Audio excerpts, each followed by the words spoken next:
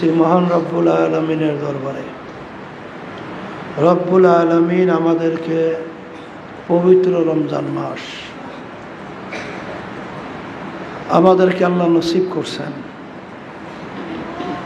রমজান মাসের গুরুত্ব বুঝাবার জন্য দেওয়ার জন্যে আল্লাহ রসুল সাল্লাল্লাহু আলাইহি ওয়াসাল্লাম সাহাবায়ে কেরামদেরকে নিয়ে দোয়া করতেন, আল্লাহুম্মা বারিক লানা ফি রজব ওয়া শাবান ওয়া বাল্লিগনা রমাজান। আল্লাহ রাব্বুল আলামিন আমাদের হায়াতকে বাড়াইয়া রমজান পর্যন্ত পৌঁছাইয়া দিয়েছেন। শুকরিয়া তান বলি আলহামদুলিল্লাহ। রমজান মাসের ব্যাপারে আপনারা জানেন, আবার স্মরণ করায় দেওয়ার জন্য বলছি। আল্লাহ রসুল সাল্লাল্লাহু আলাইহি ওয়াসাল্লাম রমজান মাসটাকে 3টা ভাগে ভাগ কইরা আমাদেরকে শুনাইছেন। রমজানের প্রথম 10 দিন আল্লাহর রহমতে ভরা,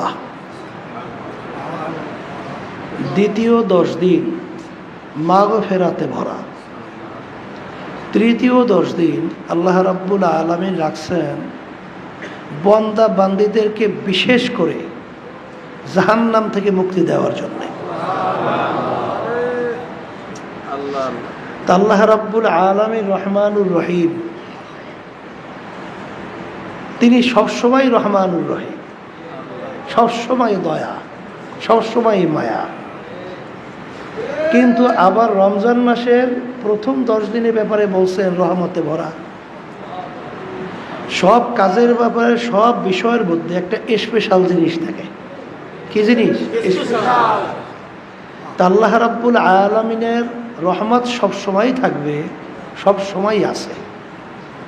কিন্তু বিশেষ করে রমজান মাসের এই প্রথম 10 দিন আল্লাহ রাব্বুল আলামিন তার পক্ষ থেকে স্পেশাল রহমত দান করবেন। দ্বিতীয় 10 দিন মাগফিরাতে ভরা, অর্থাৎ আল্লাহ রাব্বুল আলামিন বান্দাবান্দীকে সব সময় মাফ করেন, মাফ করবেন, সব সময় মাফ করে করবেন। কিন্তু আবার মাগফিরাতে ভরা মানে, অর্থাৎ রমজান মাসের বিশেষ করে মধ্যম 10 দিনে আল্লাহ রাব্বুল আলামিন বান্দাবান্দীকে মাফ করবেন। এক কথায় বলা যায় নিয়ম ছাড়া। বান্দাবান্দী মাফ চাবে তো মাফ।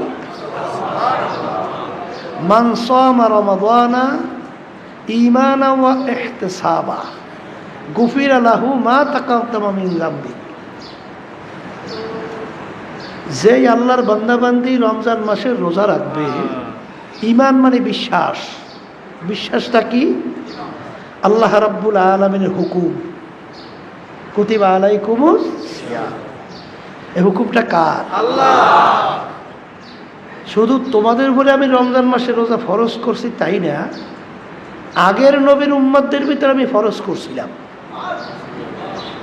অর্থাৎ রমজানের রোজা শোনার পরে ভয় পাবা না, আমি আগে থেকে এই নিয়ম চালু করছি।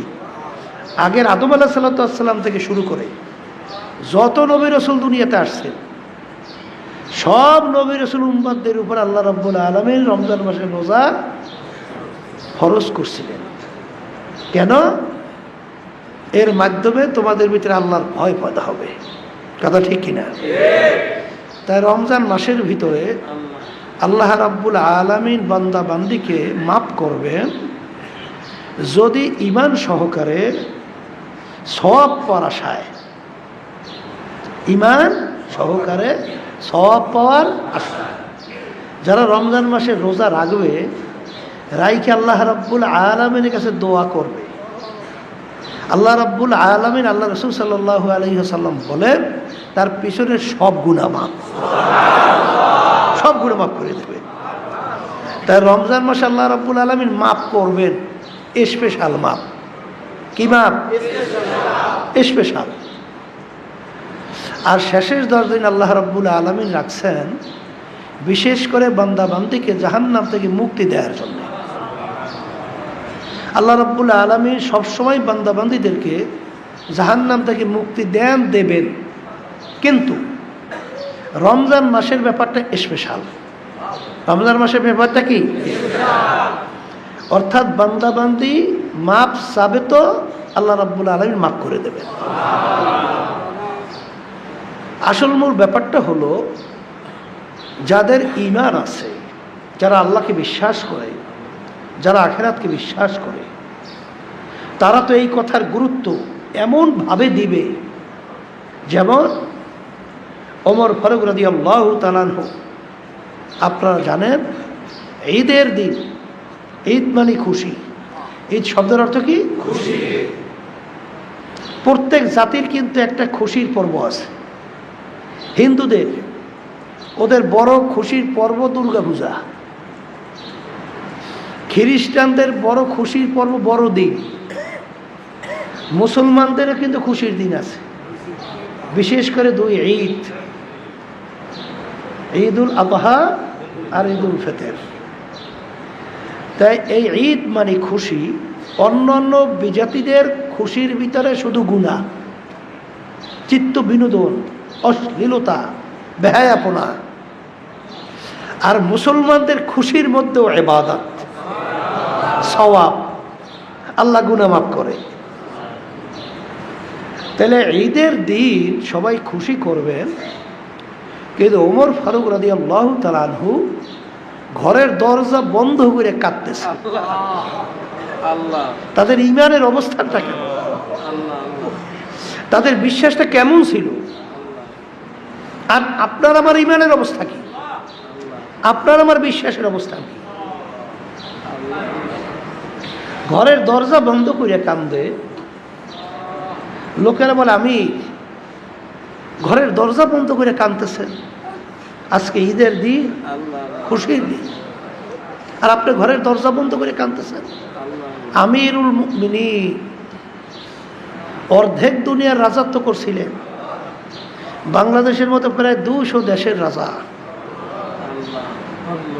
তিনি ঘরের দরজা বন্ধ করে কান্দে। আমির কেন কান্দে? তিনি বলতেছিলেন, জিবরাইল আমিন দোয়া করছে, আল্লাহ রাব্বুল আলামিন দোয়া শিক্ষা দিয়েছেন, দোয়া কবুল হওয়ার জন্যে আল্লাহ রাসূল সাল্লাল্লাহু আলাইহি ওয়াসাল্লাম আমিন বলছেন। 3টা দোয়ার ভিতরে একটা দোয়া হলো, জিবরাইল আলাইহিস সালাতু ওয়াসসালাম বলতেছেন, আল্লাহ রাসূল সাল্লাল্লাহু আলাইহি ওয়াসাল্লাম, আপনার উম্মতেরা, আল্লাহর বান্দা বান্দিরা রমজান মাসের রোজা পাইছে, এই সুযোগ পাওয়ার পরেও যারা তার জীবনের সব গুনাহ মাফ করায় নিতে পারলো না, তার জীবনের সব গুনাহ মাফ করায় নিতে পারলো না, ওর ধ্বংস হোক। আল্লাহ রাসূল সাল্লাল্লাহু আলাইহি ওয়াসাল্লাম বলছেন, আমিন। আল্লাহ আপনি কবুল করেন। তো ওমর ফারুক রাদিয়াল্লাহু তাআলা আনহু তিনি বলতেছেন, রমজান মাসের রোজা তো চলে গেছে, রমজান মাসের রোজা চলে গেছে, আমি ওমর তো জানি না যে আমার গুনাহ মাফ হইল কিনা, আমি গুনাহ জানছি, আমার সমস্ত গুনাহ মাফ করে নিতে পারছি কিনা। আজকে ঈদের দিনও আল্লাহ রাব্বুল আলামিন ওইভাবেই বান্দা বান্দিকে মাফ করবেন। তা আজকেও আমি একটু চেষ্টা করে দেখি, আমি তো কাইদা কাইটা দেখি আমার জীবনে গুনাহ খাতা আমি মাফ করাইতে পারি কিনা। এই জন্য আমি কাঁদতেছি। ঈমানাও ওয়া ইহতিসাবা গুফিরা লাহু মা তাকাদ্দামা মিন যামবিহি।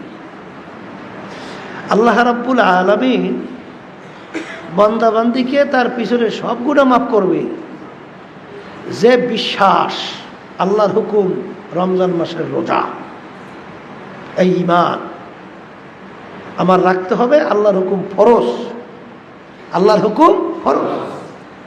আর সব পাওয়ার আশায় যারা রমজানের রোজা রাখবে, আল্লাহ রাব্বুল আলামিন তার পিছনে সব গুনাহ মাফ করে দেবে। এইরকম ঈমান মজবুত না হওয়া পর্যন্ত নেকের পরিমাণও কিন্তু বাড়ে না। ঈমান যার যত মজবুত হবে, তার নেকের পরিমাণও তো তত বাড়বে। আর জানেন যে নেক বাড়ার ব্যাপারে বিশ্বাসের ভিতরে কোনো ঘাটতি থাকতে পারবে না। কারণ আল্লাহ রাসূল সাল্লাল্লাহু আলাইহি ওয়াসাল্লাম কি বলছেন, আখলিস দীনাকা ইয়াকফিকা আমালুল কলিল। হ্যাঁ, আল্লাহ রাসূল সাল্লাল্লাহু আলাইহি ওয়াসাল্লাম বলেন, তোমাদের বিশ্বাস ঈমানকে নির্ভেজাল করো, স্বচ্ছ করো, পরিচ্ছন্ন করো। যদি নির্ভেজাল ঈমান তোমরা তৈরি করতে পারো, অল্প আমলি তোমার নাজাতের জন্য যথেষ্ট হয়ে যাবে। নির্ভেজাল ঈমান, এইটা আমাদের তৈরি করতে হবে। নির্ভেজাল ঈমানওয়ালা হতে হবে। ঈমানের ব্যাপারে কোনো ঘাটতি থাকতে পারবে না, কোনো দুর্বলতা থাকতে পারবে না।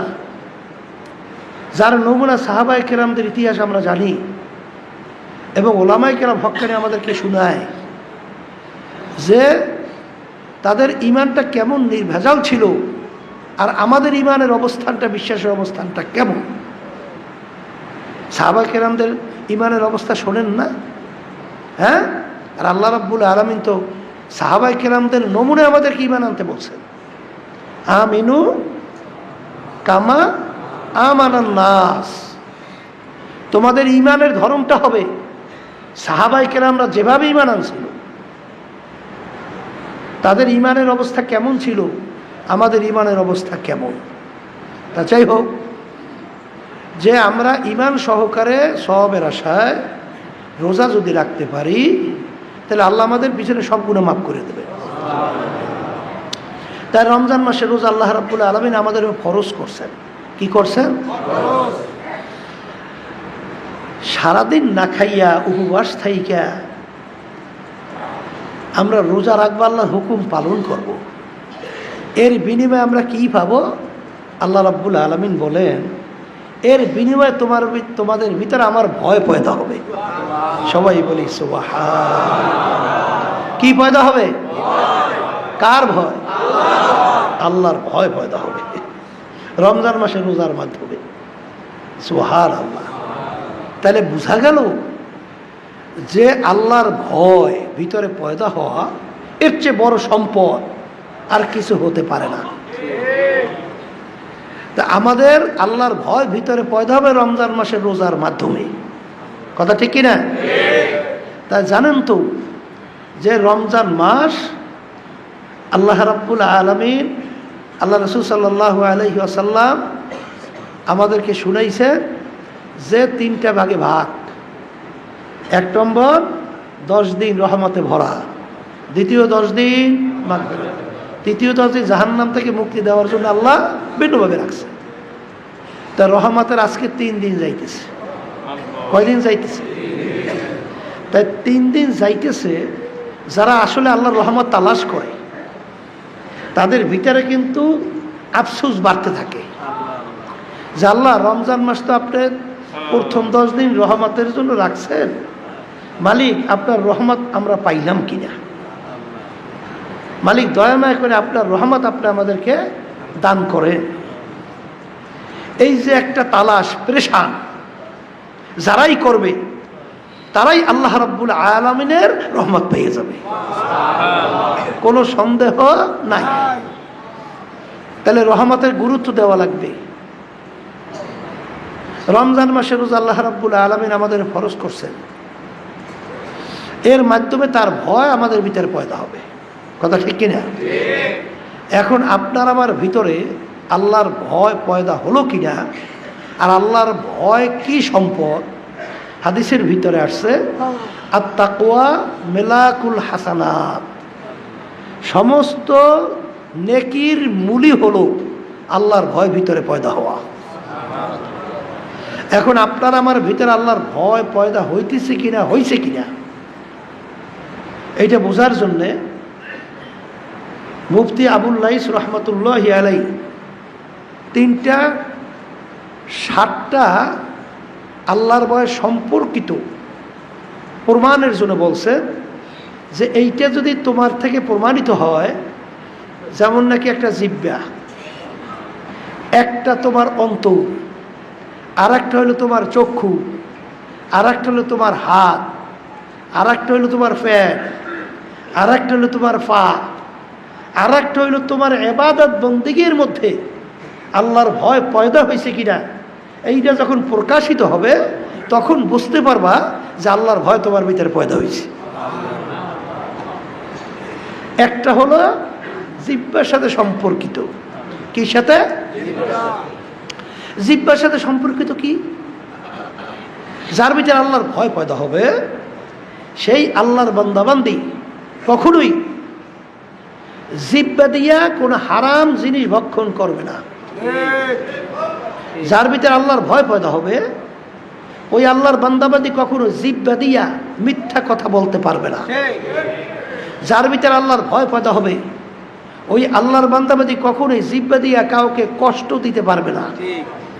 যার ভিতরে আল্লাহর ভয় পয়দা হবে ওই আল্লাহর বান্দাবান্দির জবান থেকে জিহ্বা থেকে কখনোই অশ্লীল কটু বাক্য মিথ্যা এটা প্রকাশ পাবে না, গীবত শিকায়ত প্রকাশ পাবে না।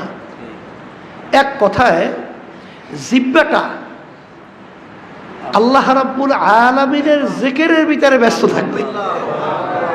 কির ভিতরে ব্যস্ত থাকবে? এখন দেখেন আপনার ভিতরে আল্লাহর ভয় পয়দা হলো কিনা, আর সাহাবায়ে কেরামদের অবস্থান, তাদের ঈমানের অবস্থান কেমন ছিল। আবু বকর সিদ্দিক রাদিয়াল্লাহু তাআলা আনহু জিহ্বাটাকে কেমনভাবে কন্ট্রোল করছিলেন।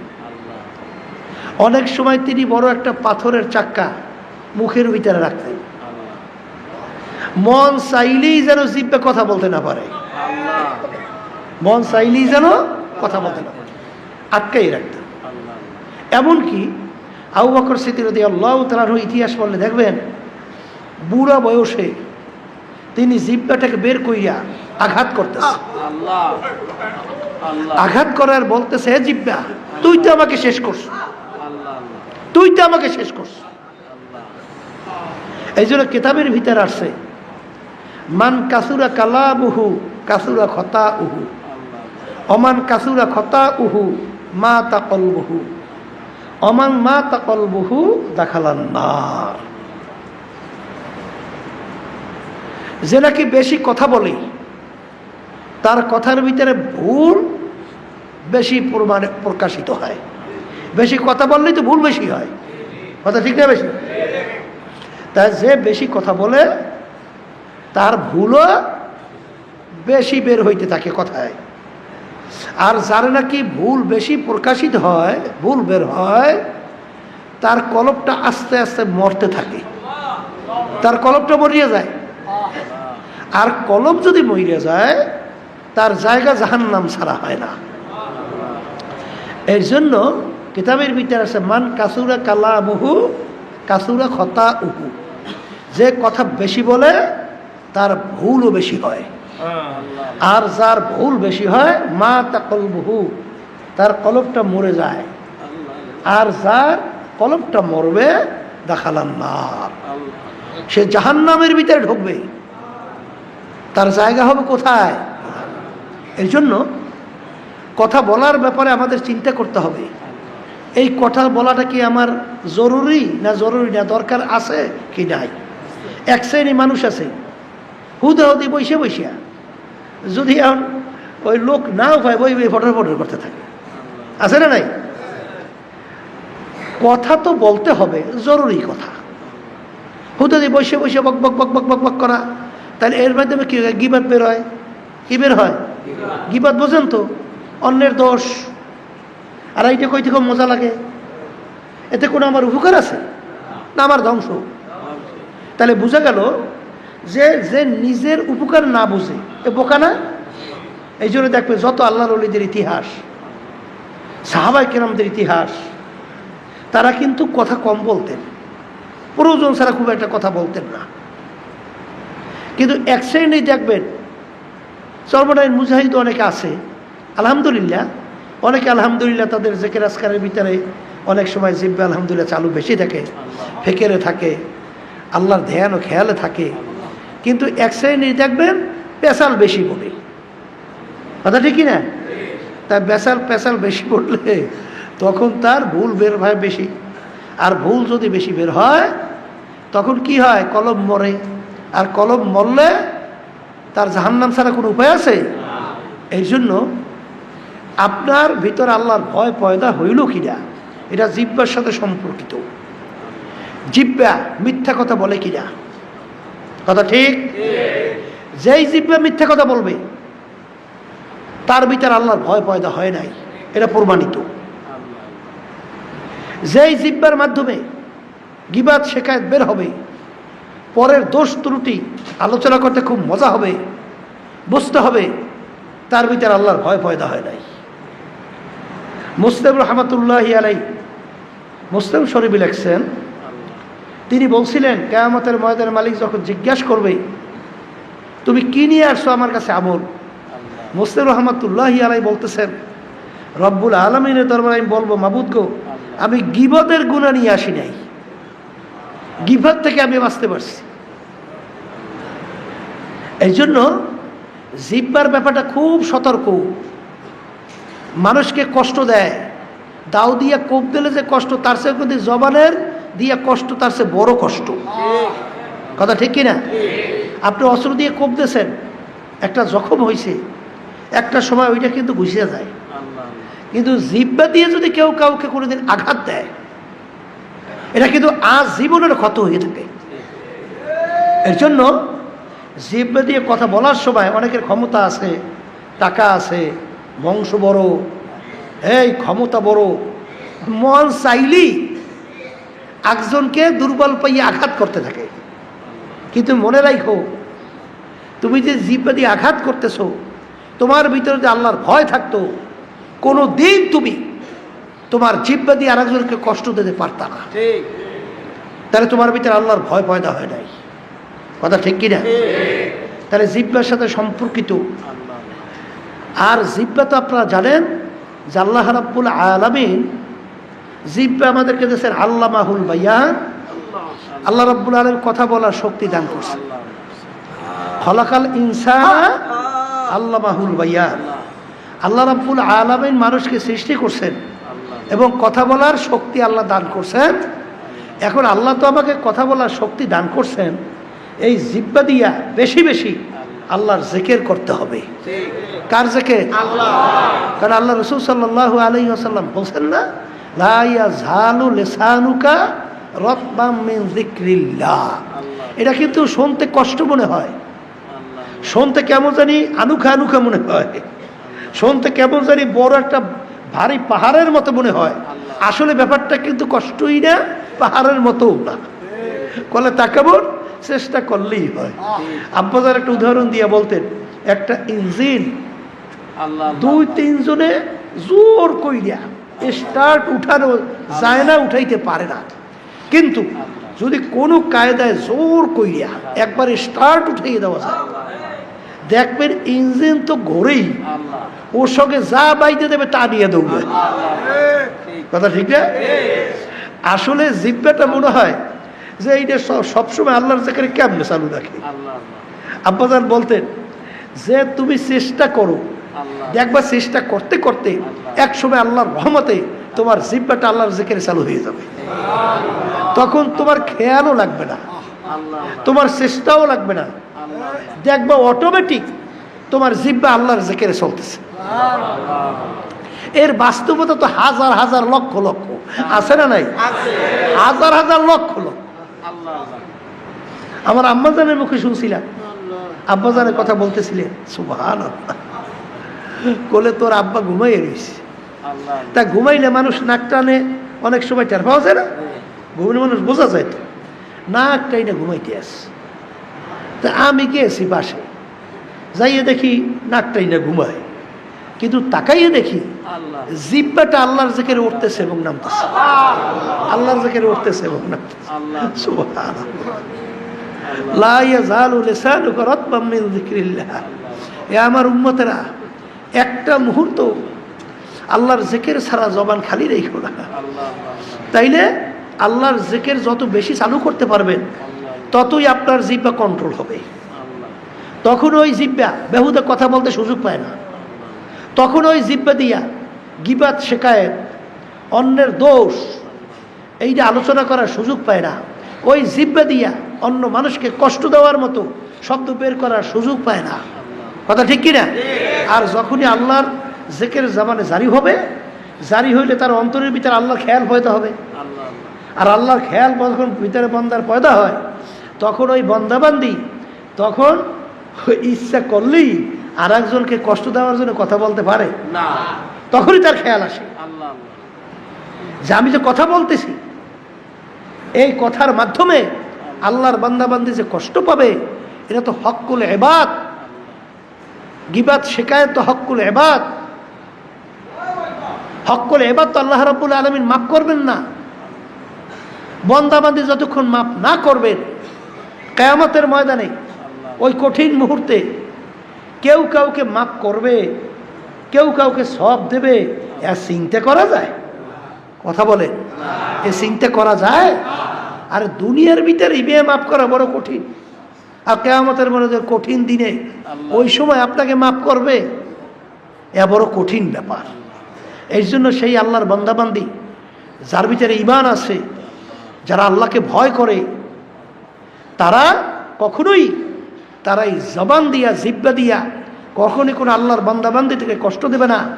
তখন সে গিবত শিকায়ত করবে না। তখন এই জিহ্বা দিয়া সে কখনই হারাম মাল ভক্ষণ করবে না। কথা ঠিক কিনা? এইটা কির সাথে সম্পর্ক? আল্লাহর ভয় ভিতরে পয়দা হয়েছে কিনা? জিহ্বার সাথে সম্পর্ক। কির সাথে সম্পর্ক? এইটা কিন্তু আপনার যখন জিহ্বা কন্ট্রোল হবে, তখন মনে করবেন যে আল্লাহর ভয় আপনার ভিতরে পয়দা হয়েছে। আর জিহ্বা যদি এলোপাতারি চলতেই থাকে আর আপনি খুব দরবেশ, আসলে আপনার আল্লাহর ভিতরে ভয়, আল্লাহর ভয় আপনার ভিতরে পয়দা হয় নাই। 2 নম্বর হলো এটা অন্তরের সাথে সম্পর্ক। কি সাথে? অন্তরের সাথে সম্পর্ক। শোনেন, অন্তরের সাথে সম্পর্কটা কি? অন্তরের ভিতরে হিংসা, বিদ্বেষ, পরের ব্যাপারে শত্রুতা, এগুলো তৈরি কোন জায়গায় হয়? অন্তরের ভিতরে। আপনার অন্তরের ভিতরে আর একজনকে ধ্বংস করার জন্যে বিভিন্ন পরিকল্পনা কোথায় হয়? অন্তরে হয়। অন্যজনের ব্যাপারে হিংসা তৈরি হয় কোন জায়গায় হয়? অন্তরে হয়। এই অন্তরের ভিতরে বিভিন্ন খারাপ কাজের ব্যাপারে প্রবৃত্তি, এইটা তৈরি কোন জায়গায় হয়? অন্তরে হয়। তাই যদি অন্তরের ভিতরে আপনার এই ধরনের আল্লাহর হুকুমের বিরুদ্ধে, আল্লাহ রসুল সাল্লাল্লাহু আলাইহি ওয়াসাল্লামের বিরুদ্ধে যেই কাজগুলো যায়, এগুলো যদি আপনার ভিতরে তৈরি হয়, অন্তরের মধ্যে হিংসা বিদ্বেষ তৈরি হয়, তখন বুঝতে হবে যে আপনার ভিতরে আল্লাহর ভয় পয়দা হয় নাই। আপনার ভিতরে আল্লাহর ভয়, বলেন, আপনার ভিতরে আল্লাহর ভয় পয়দা হয় না। এটা অন্তরের সাথে সম্পৃক্ততা। কথা ঠিক কিনা? তৃতীয় হইল এইটা আপনার চক্ষের সাথে সম্পর্ক। কি সাথে সম্পর্ক? যেই আল্লাহর বান্দাবান্দির ভিতরে আল্লাহর ভয় পয়দা হবে, ওই চক্ষু কখনোই হারাম বস্তুর দিকে নজর যাবে না। কথা ঠিক কিনা? তখনই তার ভয় আসবে।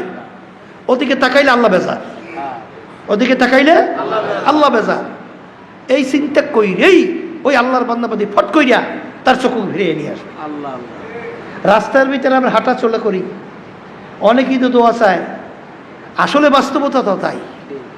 এই চক্ষু একটা সুন্দরী মেয়েদের দিকে তাকাইতে তো ভালোই লাগবে, এটা তো মনেই চায়। কথা ঠিক না? আবার একটা মেয়ে সুন্দরী একটা ছেলের দিকে তাকাইতে তো ভালোই লাগবে। কথা ঠিক না? বা ঠিক? যখন আল্লাহর ভয় তোমার ভিতরে পয়দা হবে, তখন চক্ষু টপ কইরা আল্লাহর ভয় ওদিক থেকে ফিরিয়ে নিয়ে আসবে। যে এদিকে তাকানো আল্লাহ পছন্দ করে না, আমি ওদিকে তাকাবো না, যা হোক কষ্ট, এই কথা বললে সে চক্ষু ফিরিয়ে নিয়ে আসবে। কথা ঠিক কিনা? কোন হারাম বস্তুর দিকে তখন তার চক্ষু যাবে না। যেমন নাকি এক সাইড আমার বাজানরা আছে, তারা নিজে চাকরি করে, যে বেতন পায় আলহামদুলিল্লাহ নিয়মতান্ত্রিকভাবে ডাইল বেদ খাই আল্লাহ ভালোই জীবন চালায়। কিন্তু ওর নজর হইল বড় এক অফিসার, ও বেশি বেশি ঘুষ খায়, 10 তলা বিল্ডিং করছে, আর অনেক সম্পদের অভাব নাই।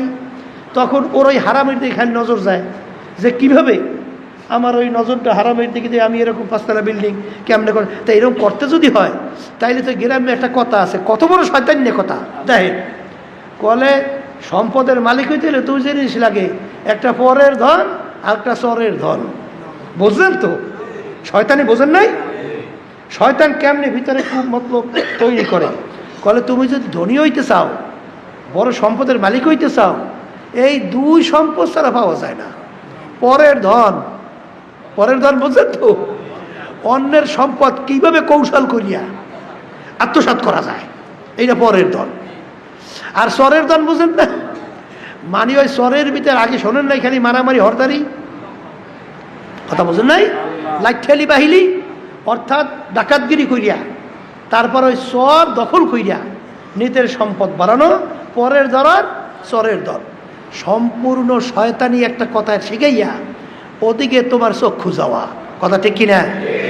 এই আল্লাহর বান্দারা, পর্দা আলে মা বোনেরা শোনেন, এক শ্রেণী আমার বাজারের আছে, আবার পর্দা আলে এক শ্রেণী আমার মা বোনরা আছে। আল্লাহ রাব্বুল আলামিন তার ঘরে স্ত্রী দান করছেন, কথা ঠিক না? কিন্তু তারপরেও তার নজর অন্য অন্য মহিলার দিকে, কথা ঠিক না? ঠিক। মানে তার স্ত্রীর দিকে তাকাইয়া তার তৃপ্তি হয় না, তখন তার চক্ষু অন্য হারামের দিকে, হয়তোবা শালীর দিকে অথবা অন্য অন্য জাতের সঙ্গে দেখা দেওয়া জায়েজ নাই, তাদের দিকে চক্ষু নজর যাওয়া, এইটা কি হারাম না হালাল? হ্যাঁ, এই হারাম। যার ভিতরে আল্লাহর ভয় পয়দা হবে, তখন সে মনে করবে মন তো চায় অন্য মেয়েদের দিকে নজর করতে, কিন্তু সেদিকে তাকানো যাবে না। যেই আল্লাহর বান্দাবান্দি এই হারাম বস্তুর থেকে তার চক্ষুকে ফিরাই রাখবে, তখন মনে করতে হবে তার ভিতরে আল্লাহর ভয় পয়দা হয়েছে, কথা ঠিক কিনা? তাইলে বোঝা গেল এক শ্রেণীর আল্লাহর বান্দারা স্ত্রী আছে, সব দিক দিয়েই ভালো। আসলে মূল ব্যাপারটা হলো, এটা কিন্তু একটা গ্রাম্য কথা আছে, ওই যে কি জানি কয় না জানি, ওই চোখের ক্ষুধা কয় না, কির ক্ষুধা? চোখের ক্ষুধা কোনোদিন শেষ হয়? এটা কম তো, চোখের ক্ষুধা কোনোদিন শেষ হয়? হ্যাঁ, চোখ বল। বাচ্চাদের দেখছি ওর খাওয়ার চেয়ে চোখের ক্ষুধা বেশি, কথা কি দেখবেন, ওর সামনে যদি খাদ্য দেন, ও আর কোনো কেউরে নিতে দেবে না, সব একলা লইবে। ও মনে হয় 10 ভাগের 1 ভাগ খাইতে পারবে না, 10 ভাগের 1 ভাগ খাইতে পারবে না, এটা চোখের ক্ষুধা। ও বারবার ওই দেখছি আমার নাতি আছে, বোঝেন, ওর 2 হাতে ভরিয়া না দিলে ওর মনে শান্তিই হয় না, ওর 2 হাত ভরিয়ে দিতে হইবে। খায় কি, এতটুকু খাইতে পারে না, তাই ওই 2 হাত ভরিয়ে দেওয়ার সামনে দেখছি, ওই যদি অনেকগুলো সামনে, ওই আমার একটু দাও, না হ্যাঁ দেবে না, সাইডে ধরিয়ে রাখবে। চোখের ক্ষুধা, কিসের? চোখ। তাইলে এই চোখের কোনোদিন এর চাহিদা শেষ আছে? কোন কোনোদিন শেষ আছে? কোনোদিন শেষ নাই। আব্বাজার রহমাতুল্লাহ আলাই বলতেন যে ঘরে স্ত্রী আছে, সব সুন্দর আলহামদুলিল্লাহ, কিন্তু ওর বড় আর একটার দিকে অন্য নজর, কথা ঠিক নেবে ঠিক?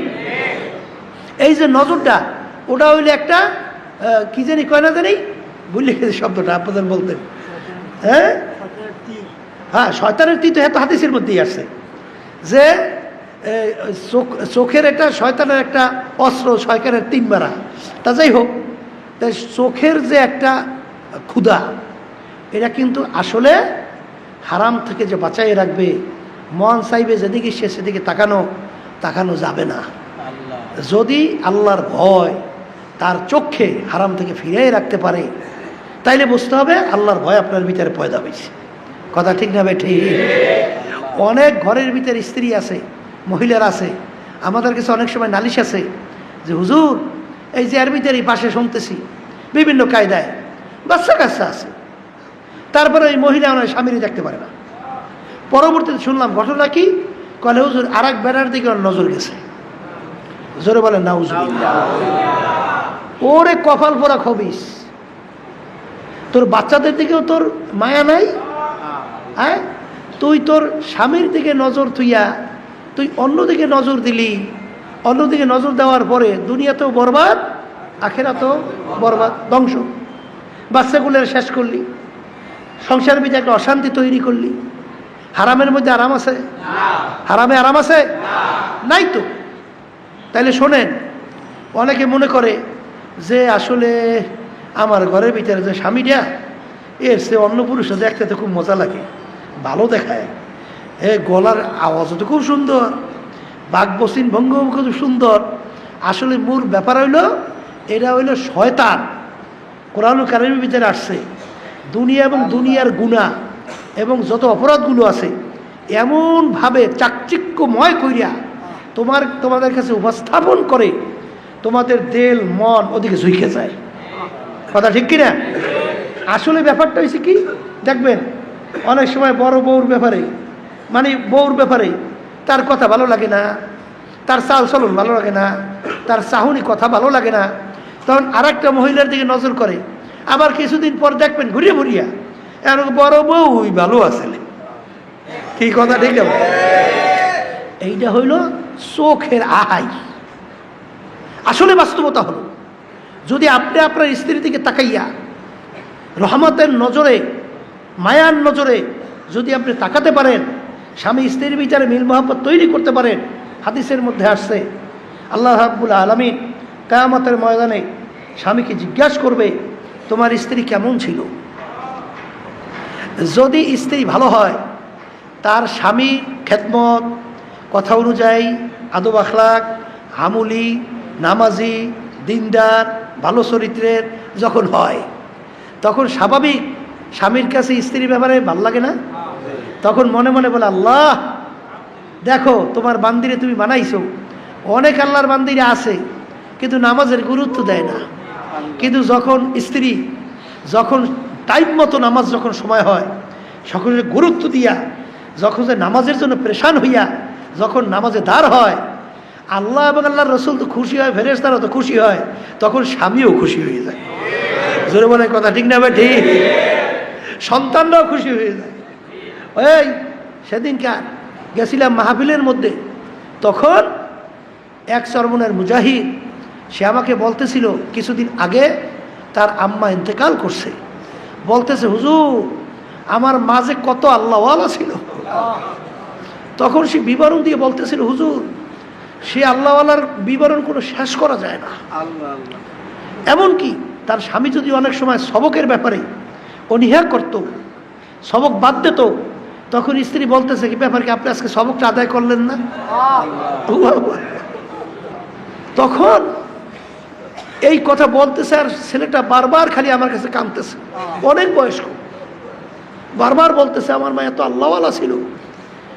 যখন নাকি এরকম ঘরের স্ত্রীরা যখন আল্লাহওয়ালা হয়, তখন স্বামী খারাপ হইলেও তখন স্বামীর মন কিন্তু খুশি হয়ে যায় যে মাশাআল্লাহ আমার স্ত্রী খুব দিনদার। এইরকমভাবে স্বামী যদি আল্লাহওয়ালা হয়, তখন স্ত্রীর মনটা খুশিতে ভরিয়ে যায় যে আমার স্বামী আলহামদুলিল্লাহ, সে কোরআনুল কারীম তেলাওয়াত করে, 5 ওয়াক্ত নামাজ জামাত সহকারে পড়ে, সে মিথ্যা বলে না, অন্য মহিলাদের সে তার নজর নাই। আসলে মূল ব্যাপারটা হলো, ঘরের ভিতরে আমরা স্মরণ দিয়ে ভরিয়ে রাখবেন, কিন্তু কোনো স্বামী যদি অন্য মেয়েদের প্রতি ভিন্ন নজর থাকে, আপনি স্ত্রীরা স্মরণ দিয়ে সাজাইয়া রাখবেন, কিন্তু ওই স্ত্রীর কিন্তু মুখে কোনো সময় আপনি হাসি পাবেন না, কখনোই তার থেকে ভালো আচরণ বা তার আন্তরিকতা কখনোই পাবেন না।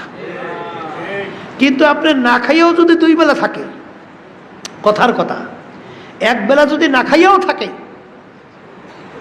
কিন্তু স্ত্রীর ভিতরে যদি পুরা এই মানে খেয়াল তার ভিতরে পয়দা হয় যে আমার স্বামী আলহামদুলিল্লাহ এত ভালো, অন্য কোনো মহিলাদের দিকে তার নজর নাই, অন্য মহিলাদের ব্যাপারে তার কোনো অন্য খারাপ নজর নাই, এইটা যখন স্ত্রীর ভিতরে তৈরি হয়, না খাইয়ে থাকলেও তখন স্ত্রীর ভিতরে স্বামীর ব্যাপারে দেখবে তার হাসির কোনো শেষ নাই। কথা ঠিক কিনা? এরকমভাবে স্বামী যখন দেখবে যে আমার স্ত্রী, সে আমি তো আসলে তেমন কোনো গুণান্বিত না, আমার চেহারাও তেমন ডকপথ নাই, আমার আচার আচরণও তেমন ভালো না, আমার কথাবার্তার বাকচতুরতাও তত সুন্দর না, অন্য অন্য গুণ তেমন আমার নাই, কিন্তু তারপরে আমার স্ত্রী হ্যাঁ, সে যখন নাকি দেখবে যে স্ত্রীকে সে একান্তভাবে বা স্বামী যখন দেখবে স্ত্রী যে সে একান্তভাবে আমাকে এরকমভাবে মহব্বত করে, তখন দেখবেন ওই স্বামীরও স্ত্রীর প্রতি একটা আন্তরিকতা এসে যায়। কথা ঠিক না ঠিক? তখন সে হাজার অন্য অন্য বিভিন্ন ধরনের করলেও তারপর সব মাপ, সব মাপ, সব কি মাপ। তা কিয়ামতের ময়দানে আল্লাহ রাব্বুল আলামিন যখন জিজ্ঞাসা করবেন তোমার স্ত্রী কেমন ছিল, হে পর্দা আলে মা বোনেরা, যদি স্বামী আপনার ব্যাপারে সার্টিফিকেট দেয় আমার স্ত্রী খুব ভালো ছিল, মালিক আমার স্ত্রী বলো ভালো ছিল, আবার স্ত্রীকে যখন জিজ্ঞাসা করবে স্বামী কেমন ছিল, স্ত্রী যখন সার্টিফিকেট দেবে মালিক আমার স্ত্রী খুব ভালো ছিল বা আমার স্বামী খুব ভালো ছিল, আল্লাহ রাব্বুল আলামিন বলবেন হে বান্দা বান্দি, তোদের এই এই গুনাহ আছে না? কি গুনার অভাব আছে? আসতে কয় দেয় গুনার অভাব আছে? গুনার তো কোনো শেষ নাই। হ্যাঁ, বলে মালিক হ্যাঁ গুনাহ আছে তো। বলে গুনাহ তো আছে, আমি তো মালিক জানি। তা জানার পরেও তোদের ভিতরে এত মিল, এত মহব্বত, এত সম্পর্ক, আর একজন আর একজনকে সার্টিফিকেট দিছে। স্বামী বলে স্ত্রী আমার ভালো, আবার স্ত্রী বলে স্বামী আমার ভালো। অনেক কিন্তু বাহিরে বড় দরবেশ, খুব দরবেশ, ঘরের ভিতরে স্ত্রীর সঙ্গে এত জ্বালাতন করে, এত খারাপ ব্যবহার করে, এত খারাপ, আসলে প্রকৃত ও আসলে কিন্তু বাহ্যিক বাহিরে ভালো, আসলে লোকটা খারাপ, আসলে লোকটা খারাপ, ও কিন্তু ভালোই না। আবার এক শ্রেণী দেখবেন কে সে কিন্তু ঘরের ভিতরেও ভালো, ঘরের ভিতরে কি ভালো আলহামদুলিল্লাহ। যখন আল্লাহ রাব্বুল আলামিন বলবেন যে হ্যাঁ তোদের গুনার তো অভাব নাই, তাইলে তোরা এই যে তোদের ভিতরে এত আন্তরিকতা, মিল, মহব্বত, এইটা দেখে আমি খুশি হয়ে গেছি। কে খুশি হয়? আল্লাহ খুশি হয়। আল্লাহ খুশি হওয়ার পরে আল্লাহ বলবেন যা গুনাহ আমি জানি, তাই তোদের এই মিল মহব্বতের কারণে যা তোদেরকে আমি মাফ করিয়ে দিলাম, যা সব গুনাহ মাফ, এখন যা বেহেশতে যা।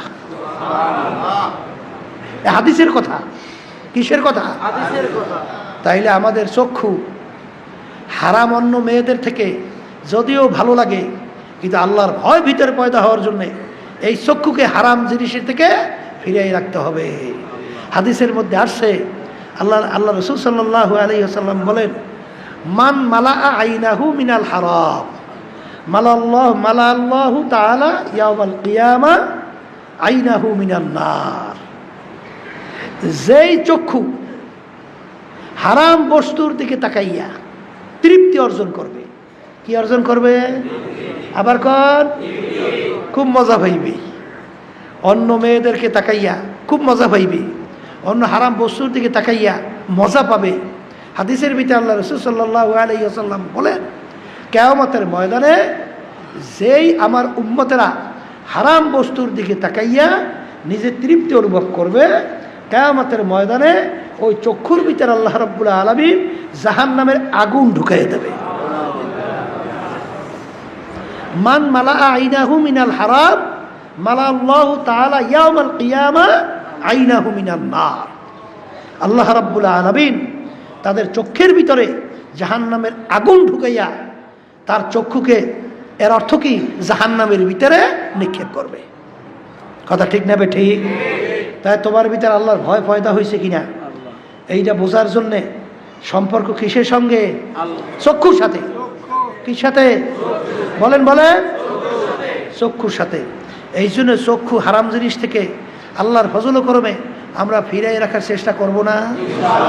আল্লাহ আমাকে আমাদের সবাইকে তৌফিক দান করেন। আল্লাহর কাছে চাইলে আল্লাহ দেয় না? দেয় কি দেয় না?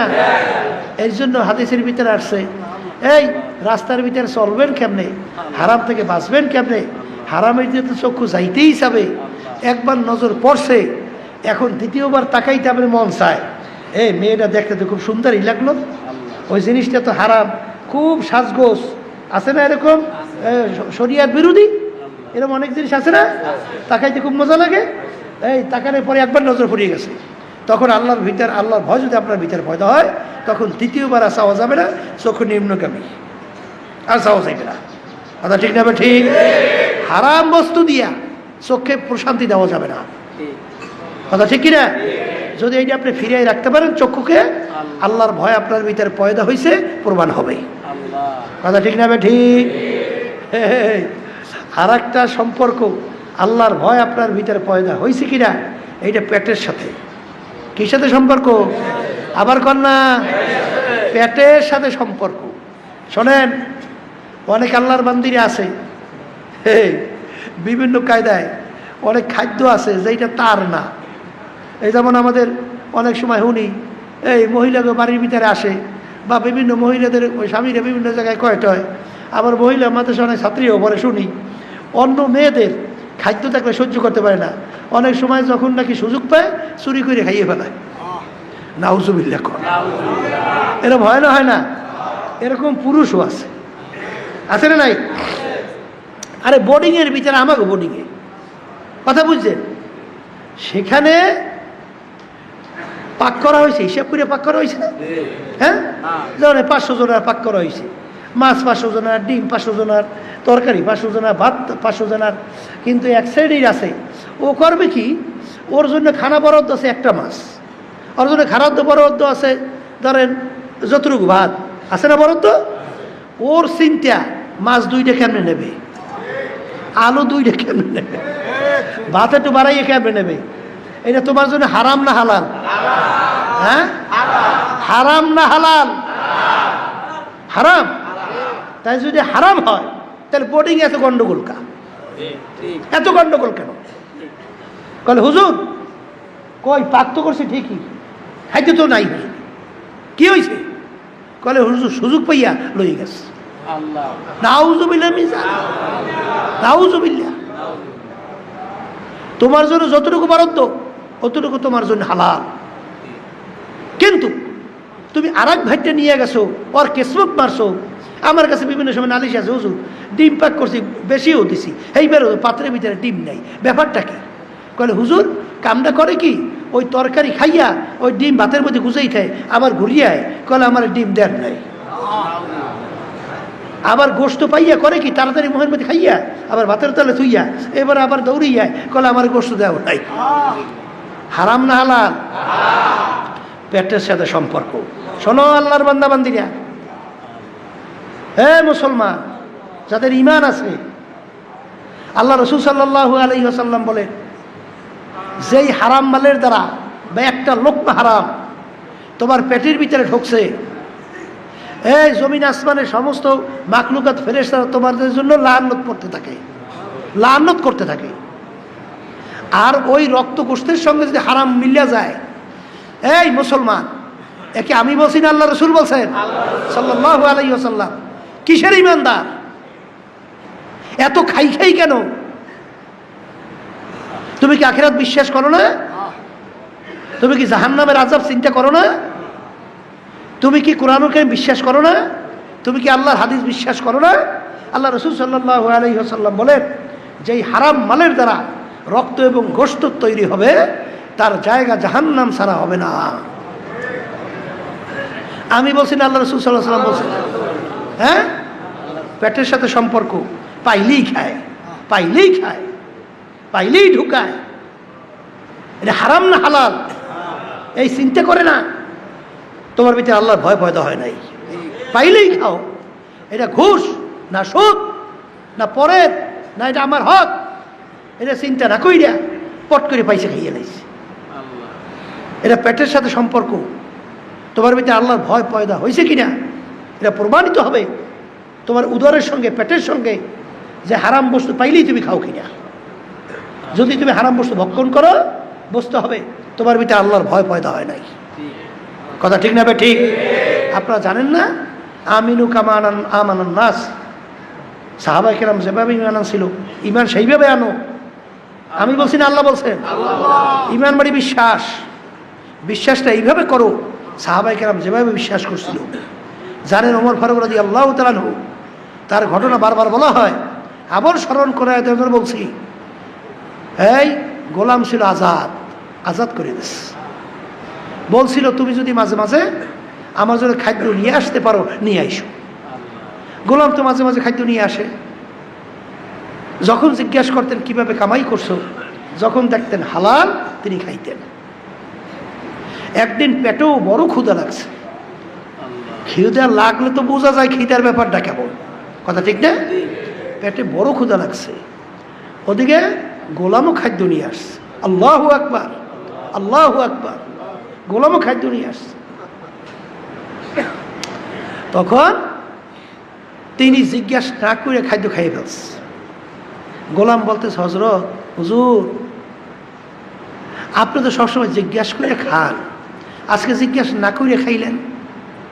বলে, বাজান, তুমি তো অন্য সময় হালাল উপায়ই আনো, আজকে আমার পেটেও বড় ক্ষুধা লাগছে, মনে করছি হালাল উপায়ই তো আনছো, এই জন্য খাইয়ে ফেলছি। তা বলো বাবা, তুমি কিভাবে কামাই করছো?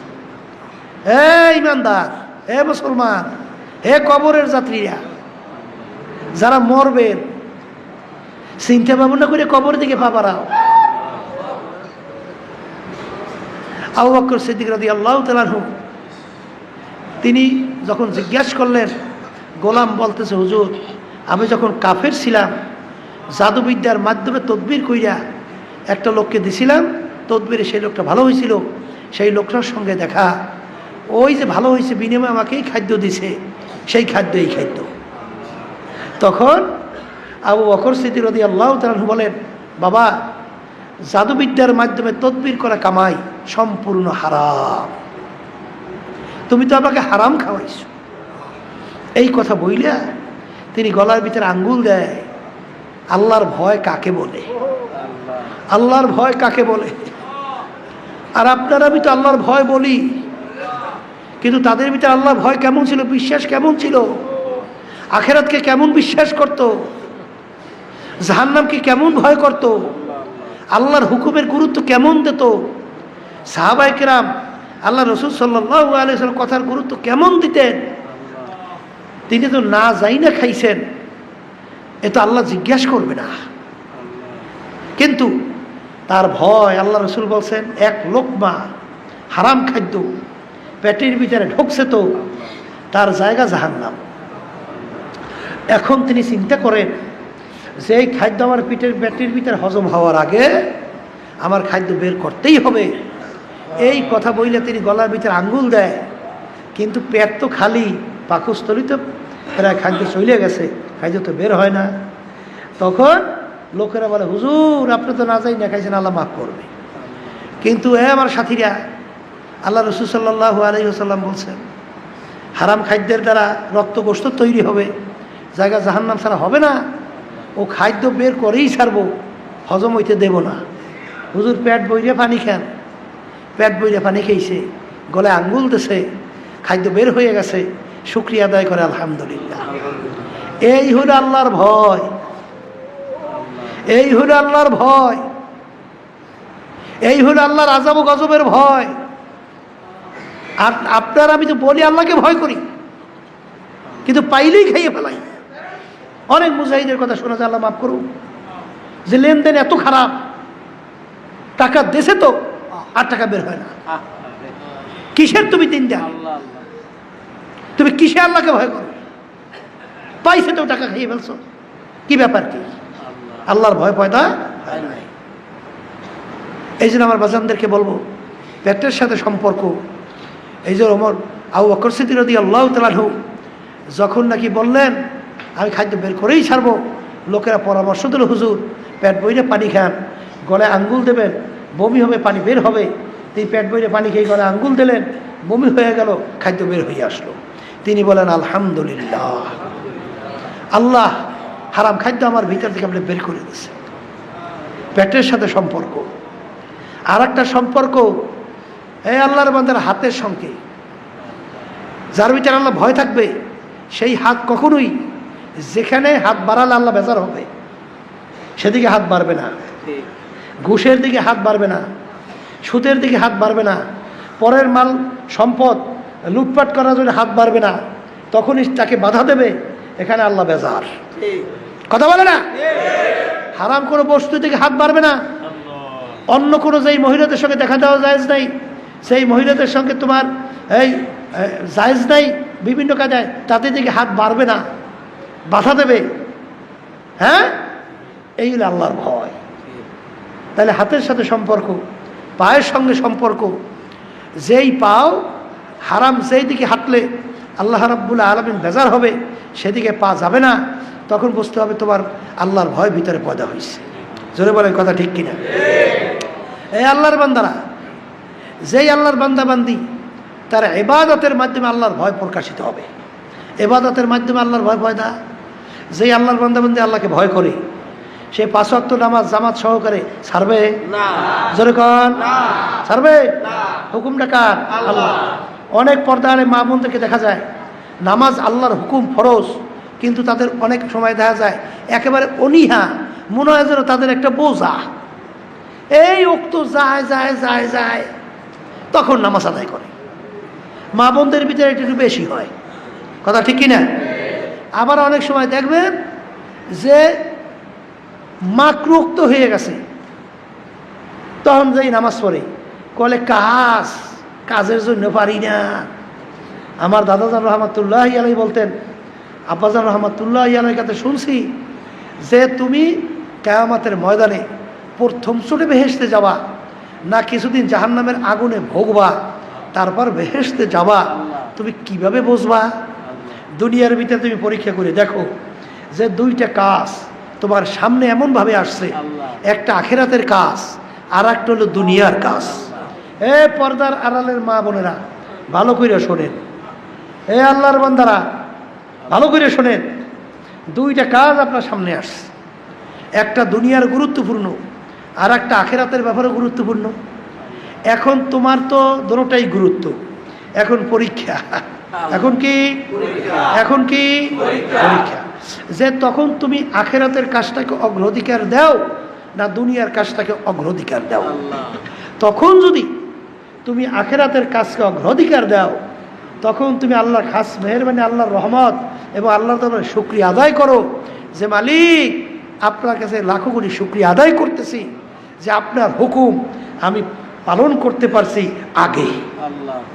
তাহলে আখেরাতের কাজের অগ্রাধিকার দিলা আর দুনিয়ার কাজকে তুমি পিছনে রাখলা। তখন তুমি আল্লাহর ফজল করবে, আশা করা যায় কিয়ামতের ময়দানে তুমি প্রথম চটি ভেসতে ঢুকে যাবা। আর ওই সময় যদি তুমি দুনিয়ার কাজকে অগ্রাধিকার দাও আর আখেরাত কাজকে তুমি পিছনে রাখো, দুটোটাই আদায় করছো, কিন্তু আখেরাতের কাজকে আগে না দুনিয়ার কাজকে আগে, আখেরাত কাজকে পিছনে, তখন তুমি মনে কইরো যে তোমার কিয়ামতের ময়দানে কিছুদিন জাহান্নামের আগুনে ভোগা লাগে নাকি, এইবার বেহেশতে যাওয়া লাগে নাকি। তাহলে এই ব্যাপারটা আমাদের লক্ষ্য রেখা আখেরাতের কাজকে অগ্রাধিকার, দুনিয়ার কাজকে পিছনে। কথা ঠিক না? ঠিক। কিন্তু অনেক আল্লাহর বান্দা বান্দিরা আছেন, পর্দা আলে মা বোনেরা আছেন, নামাজ মনে করে আমার বোঝা, আমার বোঝা। নাউজুবিল্লাহ। এই ইমানদার, এ মুসলমান, এইটা গুরুত্ব দেবে কারা? ইমানদাররা, মুসলমানেরা। এই জন্য আমি দেখছি, আল্লাহু আকবার, শোনেন, আয়েশা সিদ্দিকা রাদিয়াল্লাহু তাআলা আনহা বলেন নামাজের গুরুত্ব আল্লাহ রাসূল সাল্লাল্লাহু আলাইহি ওয়াসাল্লাম কিভাবে দিতেন। আয়েশা সিদ্দিকা রাদিয়াল্লাহু তাআলা আনহা বলেন যে যখন নামাজের সময় হইতো, যেই আল্লাহর হাবিব সাল্লাল্লাহু আলাইহি ওয়াসাল্লাম আমাকে এত মহব্বত করে, আমাকে এত ভালোবাসে যে ভালোবাসার কোনো শেষ নাই, কিন্তু যখন নামাজের সময় হতো তখন আল্লাহ রাসূল সাল্লাল্লাহু আলাইহি ওয়াসাল্লাম এমন পরেশান হয়ে যাইত, মনে হয় যেন আমি আয়েশাকে চিনি না। আল্লাহু আকবার, আমি আয়েশাকে চিনি না, এমনভাবে পরেশান হয়ে যেত। আর আয়েশা সিদ্দিকা রাদিয়াল্লাহু তাআলা আনহা বলেন, আর যখন নামাজের সময় হয়ে যেত আমরাও এইভাবে পরেশান হয়ে যেতাম। তাইলে এই হইল আল্লাহর হুকুম, নামাজের গুরুত্ব। তা আপনার ভিতরে যে আল্লাহর ভয় যদি পয়দা হয়, তখন তো আপনার ভিতরে এরকম ইবাদতের গুরুত্ব আসবে। তখন প্রমাণিত হবে আপনার ভিতরে আল্লাহর ভয় পয়দা হয়েছে। কথা বলে না? তাহলে নামাজের গুরুত্ব, এই রোজার গুরুত্ব বলেন, রোজার গুরুত্ব।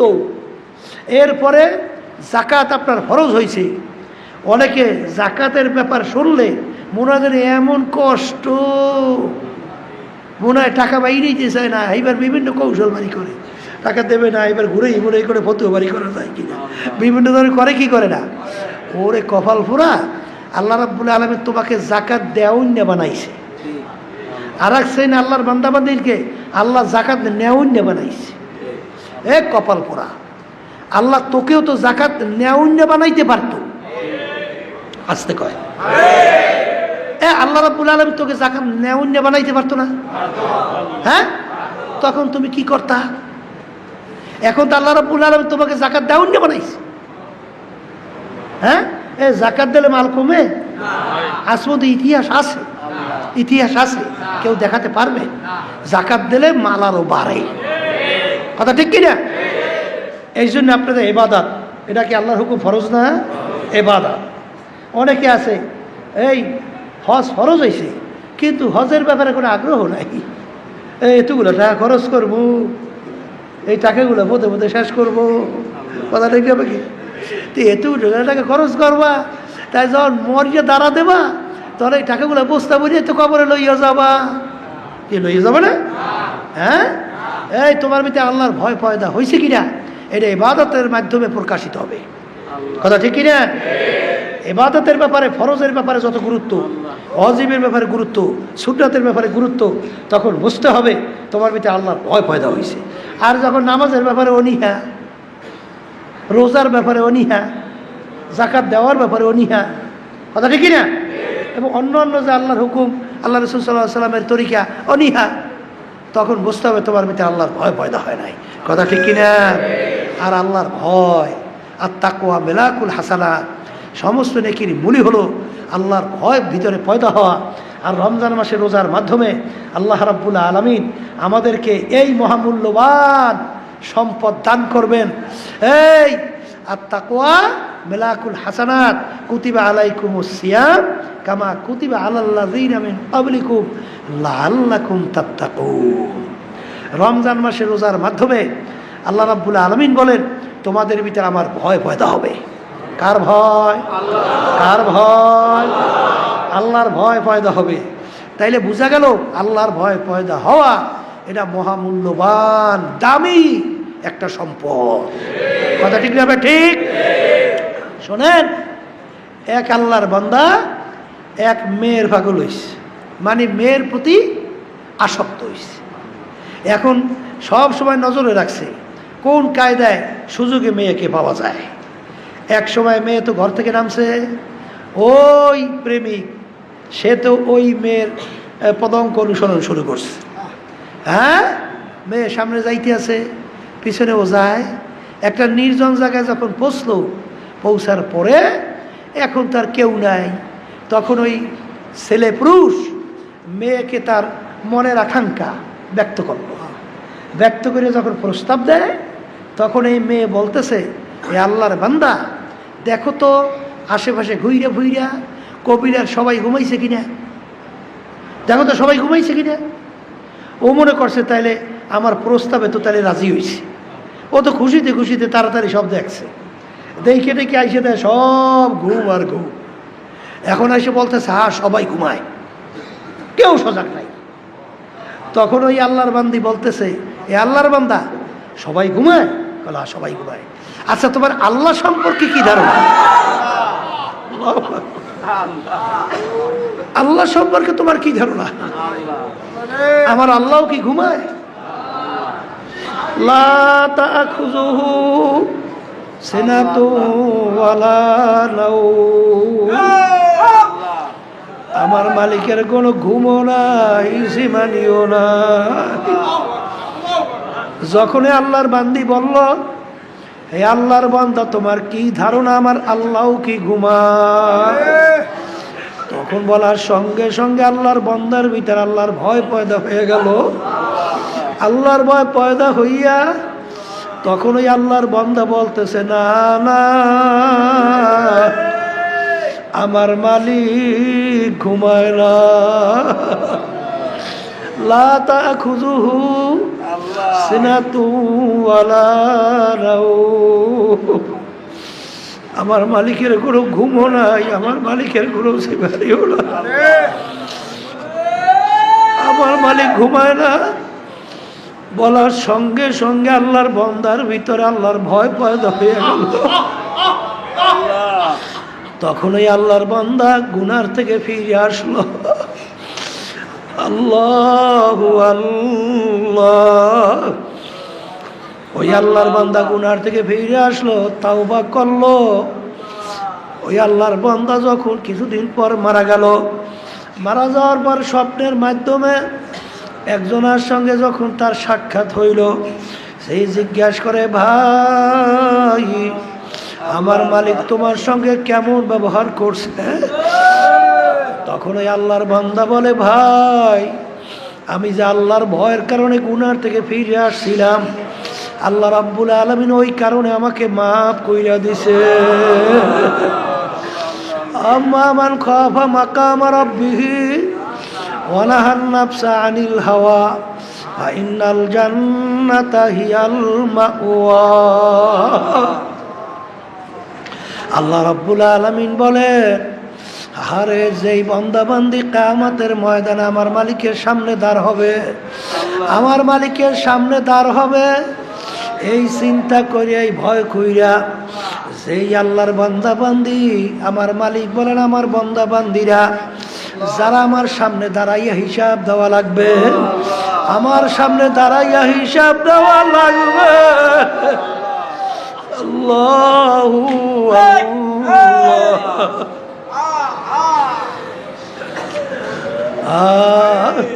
যেই আমার বান্দা বান্দি আমার সামনে দাঁড়াইয়া হিসাব দেওয়া লাগবে, এই দিনকে মনে কইরা যারা নিজেকে গুনার থেকে ফিরায় রাখতে পারবে, আল্লাহ রাব্বুল আলামিন বলে তাদের জন্য আমি বেহেশত ঘোষণা দিলাম।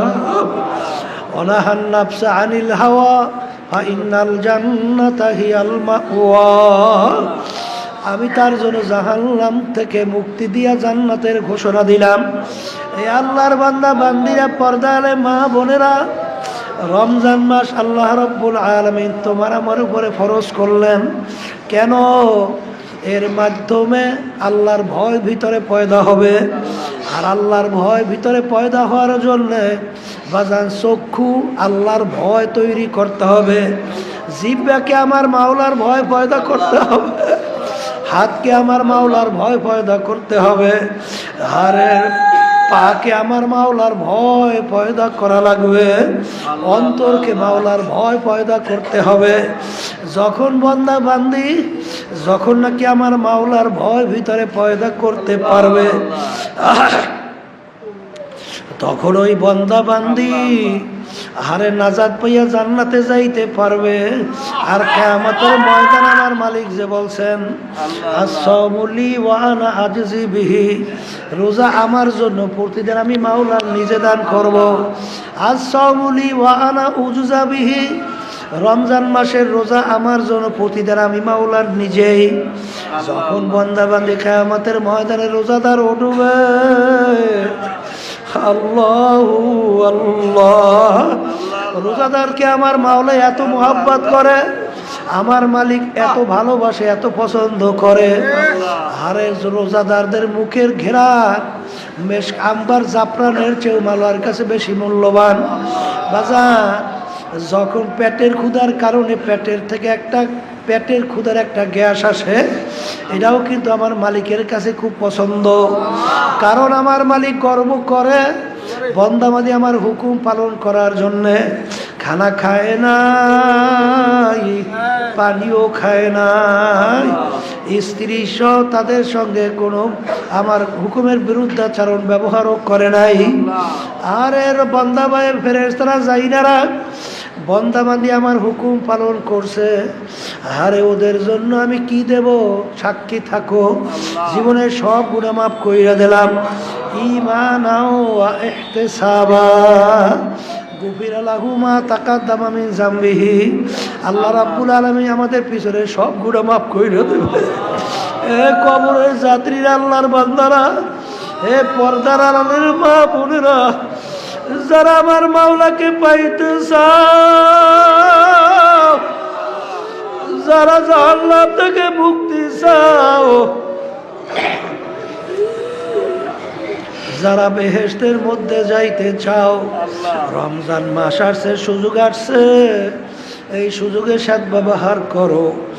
আরে রমজান মাসের রোজা ঠিকঠাক মতো রাখো, আর মালিকের কাছে সবসময় দোয়া করো, মালিক তোমার ভয় আমাদের ভিতরে পয়দা করো। মালিক তোমার বন্দা খাস না বানাইয়া, বান্দি না বানাইয়া কবরে ডাক দিও না। আল্লাহুম্মা আমিন। এ পর্দালে মা বোনের হাত উঠা,